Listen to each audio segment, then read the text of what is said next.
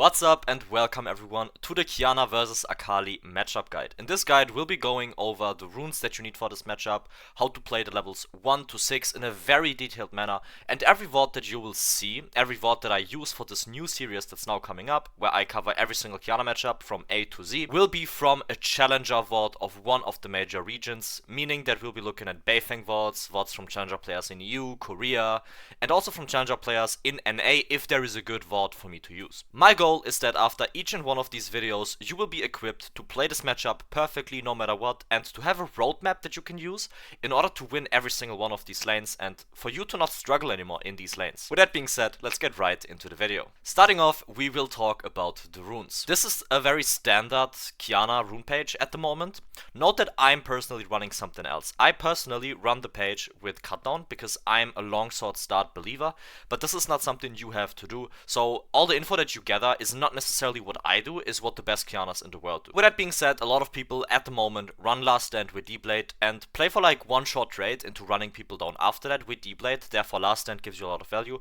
I'll be explaining each and every one of these runes. Presence of Mind is really straightforward. You need mana in order to play the game with Qiyana, and a lot of people, especially in lower elos, do tend to waste a lot of abilities. Presence of Mind can help you with that in order to be a bit more efficient with your mana and to not have that many struggles when it comes to laning. Next up we have Sudden Impact. This is very straightforward, like this is just the best rune to take.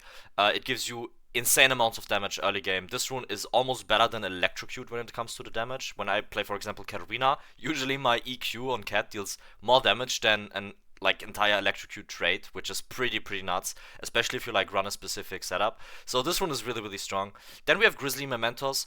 This is a bit, I would say, personal preference if you want. So you can also run, for example, Deep Ward and place a ward immediately after walking into the enemy Raptor camp. This might be more useful coming into the next season because the game will start earlier, so you can track the enemy jungle pretty well with Deep Ward. But generally speaking, I'm a very big fan of Grizzly Mementos. Now that I think about it, Deep Ward will actually be really OP next season because your wards will have a lower cooldown, so I think a lot of people will not switch to Sweeper as much. Oracle Lens if you want, so for me it will always be Sweeper. And now we have Sixth Sense, which is also viable. So on a long cooldown you can like track enemy wards. This is also viable, but I personally just prefer having Grizzly at the moment. This will probably change to Deep Ward later on. And then you have the decision for the last kind of sub-rune in the Domination tree, which is either Treasure Hunter. You can either go for Relentless, or you can also go for Ultimate. Alright guys, let's get started with the Qiyana vs Akali lane. So we have a Korean challenger VOD that is from I think 2 or 3 months ago. So it's a pretty recent one, and as you can see, setup wise, as mentioned, you have a bit of flexibility with what you want to go in your runes. We have Ultimate Hunter, we have Sixth Sense, but the last stand setup with D-Blade is usually what most people go for currently. So the flexibility really lies within these two runes that you can go, but everything else usually stays the same. So let's see how Bell in this case plays this matchup. So as you can see, we are permanently trying to space and tether the Akali Qs. So he's not just standing in the back of his lane here, no, he's always trying to stay within the Akali range, where in this case he mistethers Akali and now trades one auto attack. This is usually something you can do, especially when Akali has bone plating, right? Because if you proc bone plating here, you can heal up again the lost HP from her Q with your auto attacks, and you can also just play off the bounce later on. So getting her bone plating levels like 1 to 2 if she has that is quite important, right? In this case she doesn't have bone plating, so you are totally fine. And yeah, we are just letting the wave come into us. As you can see, we are permanently fishing for these auto attacks and then Wing away so she can't hit the Q. And he's like really respecting her Q range all the time. So let's see how this lane goes on. So we are sitting back, the wave is slowly coming into you. This wave state right here is exactly what you want. You want the wave to shove into you so you can then play off the bounce, which is a wave pushing back into the Akali later on. So this looks easier than it is. A lot of people feel tempted to trade level 1 with Qiyana, and having the discipline to not do it is actually quite something that is it's not easy to do, right? Like a lot of people struggle with doing that. So we are now just prepping the minions. And I want to note something. I want you guys to see something here. Before we take a look at this trade, I want to go back a bit.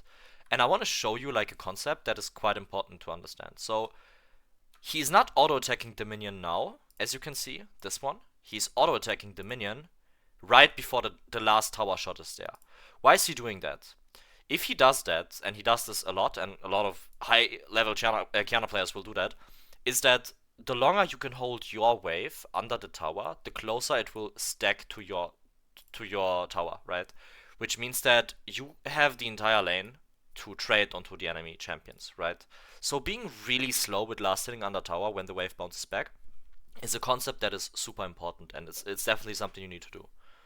So I think we get a short electrocute trade here, which is absolutely beautiful. Yep, so we get hit intentionally by the Akali E right here, as you can see, and then we bait Akali into going in, we use a Q, we W to the side to dodge a Q, and then we just get a nice little electrocute trade. These level 2 electrocute trades are something you can go for, you don't have to, but you can. And this is now absolutely beautifully executed. Now Akali has a lot of difficulties playing the game. Reason being, we are level 3, we play off the bounce, we can zone her off minions, and this is, like, if you can take trades like these into Akali, where you simply have beneficial, like, health trades, and the wave is now pushing back into her, this is great, because you essentially have two options, right? You have option 1, which is resetting after this, so you can just take a base, or you have option 2, which is you can dive this Akali if you feel confident doing that. So both options are totally viable. And it really depends on how you want to play it out and what your enemy champion is. In this case, it is Akali, and this, what she did right here, is the biggest mistake she can do. Because the only way, and this is the key ability that Akali has, the only way to dodge out on Qiyana EQ WQ is to E backwards. So you can now not do that anymore, because your E is on a very long cooldown. So I would not be surprised if we just go for an EQWQ, exactly, and we just get a free kill right there. So that was beautifully executed, and the nice thing about this combo is that as soon as you cast your E, like right here, even if she uses her Shroud like right now, she will get rooted and you can still WQ, right? You don't need to see her in order to understand where she is. Because when you casted your EQ, she was standing here, so even if she uses her Shroud, you can now just WQ, use W, then use Q, and you just get the kill for free. So that was beautifully played off the bounce. So he got a nice little level 2 trade. He was able to poke her down level 3, play off the bounce, and then just managed to get a nice little, nice little dive. And I want to point one thing out. If you don't get this kill and you base with longsword and like refillable here, this is totally fine as well. You don't need to get the kill, but you need to make this bounce play happen. This is very important. This is a Qiyana fundamental that you need to understand. And yeah, we get a beautiful reset, and I'm gonna skip forward here, we'll see what he buys. So he just gets a pickaxe. You can also go for double longsword refillable, but I think he just wants to have the most damage possible in order to snowball this lane. So we come back, and now let's see how he manages the wave and how he approaches the lane. Again guys, the concept, do you see this? He waits. He is not like immediately auto-attacking the minions. You really need to do this. Like, I can't stress enough how important this is. Do you see this? Like, he waits always for the last tower shots to come through, and then he auto-attacks the minion. Why is this important? Because, well, look at the wave. Look at how the wave stacks here. Because now you can again play off the bounce. You need to play off the bounce as Qiyana. This is such an important concept, no matter the matchup. And yeah, we are just last hitting right now, and since we have a level advantage and an item advantage, we try to fish for Qs there. We get Akali bone plating, we auto-attack, and this is something you can always do. When you have a first base advantage with pickaxe or like double longsword and you simply are stronger, if Akali uses her Shroud aggressively to trade, you can just completely ignore that. You need to have the confidence to walk to the edge of the Shroud, just stand here, and then she can't run away to any direction. It's not possible anymore. So now you can just sit on the Shroud. She just used her E, she used her Shroud, and now you can just start running her down. And this is exactly what you will see Bell doing here. So he gets Electrocute procced, gets another auto attack, and then just EQs with Ignite, and that's another kill for Qiyana. So you can just stat check as soon as you get your pickaxe. Level 6, this matchup becomes a lot harder because Akali still has one-shot threat. Like, the one-shot threat that Akali has is really OP. So even if Akali is behind, you shouldn't like be autopiloting your trades. You really need to stay focused when it comes to trading, and if you don't do that, you will get punished. Like, I've had it very often where I was like 3-0 and then Akali just ended up one-shotting me because I took one bad trade. So it's really something you need to be like aware of, and don't be surprised by it. Don't call, oh, Akali brain that champion, whatever. No, it's just how the champion works. She's only good at fighting, and she's really good at one-shotting people from 100 to 0 if she has an item lead. I wouldn't be surprised if we get double longsword here. Yep, exactly. Now we come back to lane. We have a little bit of a skirmish going. I will not go too deep into the skirmishing here. We are really looking for the matchup. I want to explain the matchup to you guys. And now we have the level 6. We have the level 6 kind of way of playing Qiyana, right? And it's really important to understand that you don't have to use your ult to snowball the lane anymore. The main important thing is this lead that you already got. If you don't want to lane at all anymore, this is totally fine, by the way. Generally speaking, you don't have to do this. Now it's really important that you match tempo with your jungler. So what I personally would be doing here is that I would be, let me quickly move this to the other side.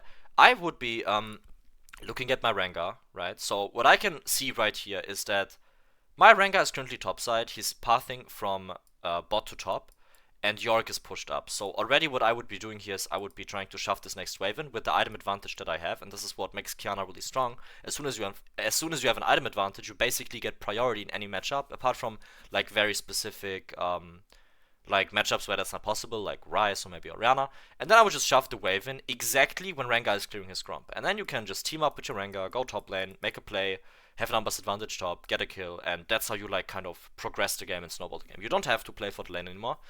But maybe we can like find a moment where we are still playing against this Akali when she's level 6. I will skip through this a bit because it is really important that we kind of like find a window here. But as you can see, look what Bell does. Look where Rengar is, guys. Rengar is bot side, you are bot side too, right? He just influences the map with his jungler now. So I don't think that I will go into the level 6 too much, because there's not that much to it. You will not 1v1 Akali as much level 6. Usually you shouldn't do that. Like, as soon as you're level 6, you should be looking to use your ult in order to make plays on the map, and this is what I usually like to do as well. So yeah, I think I'm gonna just, yeah, end the video here. If you wanna get coaching with me, check out my daily stream, or just support me generally speaking, check out the links in the description. And you can also join my Discord, where I do a regular poll, and in that poll I'm asking you guys which matchup guide you want to see next, so make sure to join that one so you have direct impact on which video I'm posting next. I'll see you guys in the next video, and I hope that you have a beautiful rest of your day. Peace out, love you guys, and yeah, I'll see you in the next one. Bye bye.